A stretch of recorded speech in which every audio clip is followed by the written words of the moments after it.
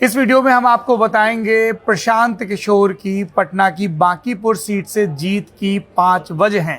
ये वो सीट है जो पहले 2008 के परिसीमन से पहले पटना वेस्ट कहलाती थी और उसके बाद इसे बांकीपुर कहा गया।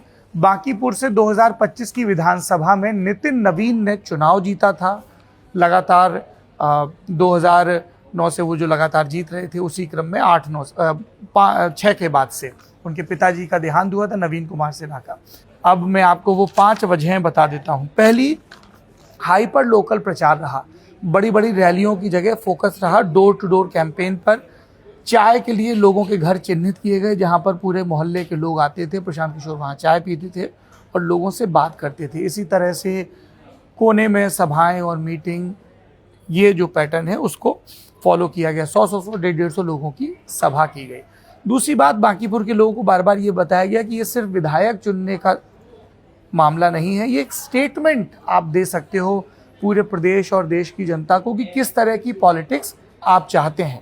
तो इसको सिर्फ एक बाई इलेक्शन या सिर्फ एक विधानसभा का चुनाव होने के बजाय पूरे बिहार पर एक जनादेश की तरह सम्राट चौधरी के मुख्यमंत्रित्व काल पर, तेजस्वी यादव के नेता प्रतिपक्ष के तौर पर रोल पे, इन दोनों पे एक जनादेश के तौर पर उन्होंने परिवर्तित किया। तीसरी वजह रही कि मंच से हालांकि लगातार ये कहते रहे कि बिहार को जाति के परे जाकर देखने की आवश्यकता है, लेकिन जातीय गणित का भरपूर ख्याल रखा गया। इस सीट पर ईबीसी, यादव, मुस्लिम और दूसरी बिरादरियां भी ठीक ठाक संख्या में थीं, जिन पर प्रशांत किशोर और उनकी टीम ने फोकस किया।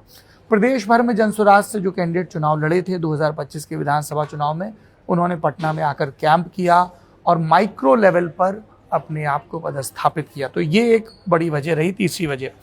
चौथी वजह, प्रशांत किशोर ने जंतर मंतर में चल रहे आंदोलन को, सरकारों का युवाओं की बेरोजगारी के प्रति, युवाओं की शिक्षा के प्रति जो रवैया रहता है, नीट, सीबीएसई जैसी जो गड़बड़ियां रही, वो उसको भी मुद्दा बनाने में सफल रहे और इससे एंटी इनकम्बेंसी और भी ज़्यादा बिल्ड हुई। ये चौथी वजह है।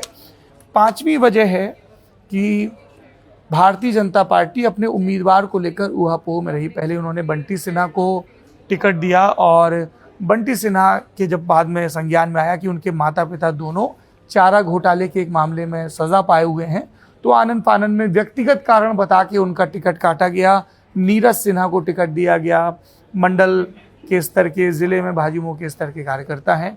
पार्टी आश्वस्त थी, बहुत मंत्रियों ने, विधायकों ने, मुख्यमंत्री ने, राष्ट्रीय अध्यक्ष ने, सबने डेरा डाला था। दूसरे प्रदेशों से भी कुछ नेता पहुंचे थे कैंपेन के लिए, लेकिन ये टिकट की बदलाई या एक हल्के कैंडिडेट का देना बीजेपी को रास नहीं आया।